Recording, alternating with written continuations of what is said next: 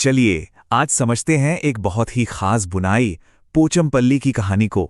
देखिए ये सिर्फ एक कपड़े की दास्तान नहीं है, बल्कि ये तो एक पूरे समुदाय की कहानी है। जरा इस कपड़े को देखिए, ये इतना खूबसूरत और इतना अनोखा है कि इसका नाम ही उस गांव पर रख दिया गया जहां ये बनता है, पोचमपल्ली।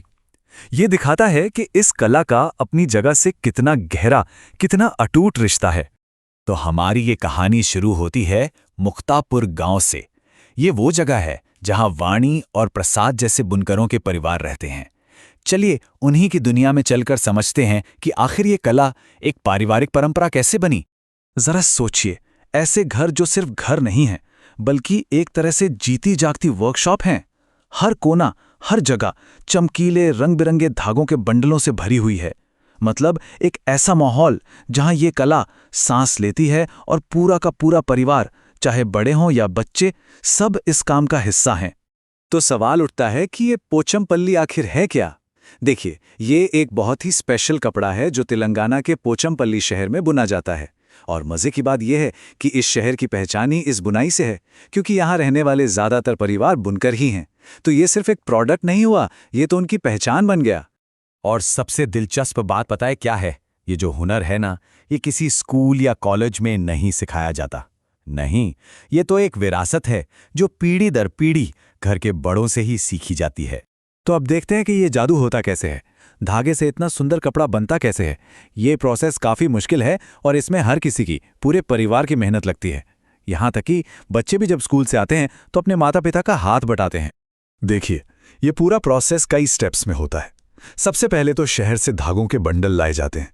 फिर उनमें से सारी गंदगी और मैल निकालने के लिए उन्हें उबलते पानी में डाला जाता है। इसके बाद शुरू होता है सबसे रंगीन काम। पूरा परिवार मिलकर इन धागों को चमकीले रंगों में रंगता है। फिर इन्हें सुखाकर वापस बंडलों में लपेटा जाता है और आखिर में इन बंडलों को करघे पर लगाकर कपड़ा बुनने का काम शुरू होता है। सोचिए, हर एक स्टेप में कितनी बारीकी और कितने सब्र की जरूरत पड़ती होगी। तो ये वाकई में एक टीम एफर्ट है, एक सामूहिक कोशिश। एक कपड़ा बनाने में न जाने कितने हाथ लगते हैं। ये किसी एक अकेले की कला नहीं, बल्कि पूरे परिवार की एक साथ मिलकर की गई रचना होती है। और इन्हीं धागों से ये जो दुनिया भर में मशहूर साड़ियां और कपड़े बनते हैं, उन्हें बनाने के लिए कई सुइयों वाले करघे यानी लूम्स का इस्तेमाल होता है। और पता है, डिजाइन जितना मुश्किल और बारीक होता जाता है, करघे पर सुइयों का पूरा सेटअप भी उतना ही बदल जाता है। इसी वजह से तो हर एक साड़ी या कपड़ा अपने आप में कला का एक बेहतरीन नमूना होता है। लेकिन इस पूरी खूबसूरत कहानी का एक दूसरा पहलू भी है, एक गहराता हुआ संकट। ये जो पारंपरिक कला है और इससे जुड़ा जो जीवन है, वो अब बहुत गंभीर आर्थिक मुश्किलों से गुजर रहा है। यहाँ एक बहुत बड़ा विरोधाभास है। जरा सोचिए, एक तरफ तो इस काम के लिए इतना कमाल का हुनर चाहिए और कई कई दिनों की कड़ी मेहनत लगती है।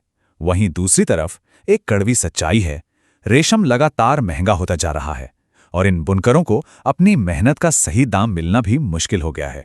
तो आखिर प्रॉब्लम है कहाँ? असल में समस्या की जड़ है बिचौलिए। जो बड़े बड़े दुकानदार हैं, वो इन बुनकरों से साड़ियां बहुत कम पैसे में खरीद लेते हैं, लेकिन बाजार में उन्हीं साड़ियों को बहुत ऊंचे दाम पर बेचते हैं। मतलब सारी मेहनत बुनकर की और मलाई कोई और खा रहा है, उन्हें अपना हक ही नहीं मिल पा रहा है। और इसका नतीजा सच में दिल तोड़ने वाला है। इसी पैसों की तंगी की वजह से बहुत से बुनकर अपने परिवार के सदियों पुराने काम को छोड़ने पर मजबूर हो गए हैं। वो अपने गांव छोड़कर बड़े शहरों में मजदूरी करने जा रहे हैं। ये एक सीधी, साफ और बहुत बड़ी चेतावनी है। अगर इस हालात को नहीं सुधारा गया तो ये कीमती कला हमेशा हमेशा के लिए खत्म हो जाएगी। सोचिए, एक पूरी की पूरी विरासत के मिट जाने का खतरा मंडरा रहा है। अब इस कहानी को थोड़ा और बड़े नजरिए से देखते हैं। पोचमपल्ली का ये जो संघर्ष है ना, ये कोई अकेली कहानी नहीं है। असल में ये पूरे भारत में कई पारंपरिक कलाओं और कारीगरों की कहानी है। ये एक बहुत बड़ा मुद्दा है जो हर जगह फैला हुआ है, चाहे कुल्लू की शॉले हों या मधुबनी की पेंटिंग्स, असम का सिल्क हो या फिर कश्मीर की खूबसूरत कढ़ाई। देश की कई जानी मानी कलाएं आज इसी तरह अपने वजूद की लड़ाई लड़ रही हैं।